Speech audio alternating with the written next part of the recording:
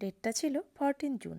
সেদিনকার বাইরে টেম্পারেচারও ছিল খুব বেশি, আর আমার দুটো লোকেশনে কাজ ছিল। আমার ফার্স্ট লোকেশন ছিল বর্ধমান মঙ্গলসূত্র বিয়েবাড়ি।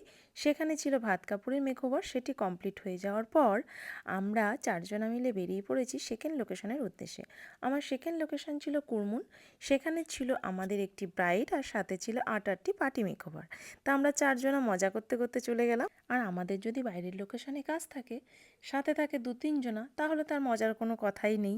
এই স্টুডেন্টদের দেখছো না, যেই শুনবে যে ম্যামের আজকে বাইরে কাজ আছে, একসাথে 2-3 জনা যাব, ওরা আগে থেকে প্ল্যান করে নেবে কার সাথে কে কী মজা করবে।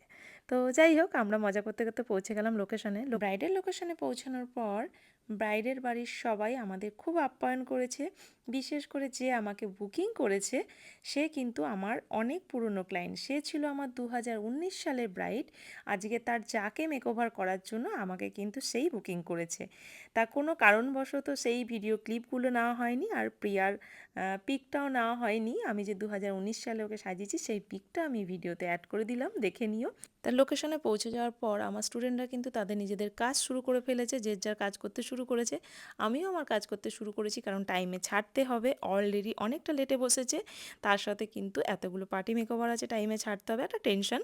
তা সেই হিসাবে ঝটপট করে আমাদের কাজ করতে হবে। ব্রাইডের কমপ্লিট লুক আমি তোমাদের সাথে শেয়ার করলাম। লুকটা কেমন লেগেছে প্লিজ কমেন্ট করে জানিও।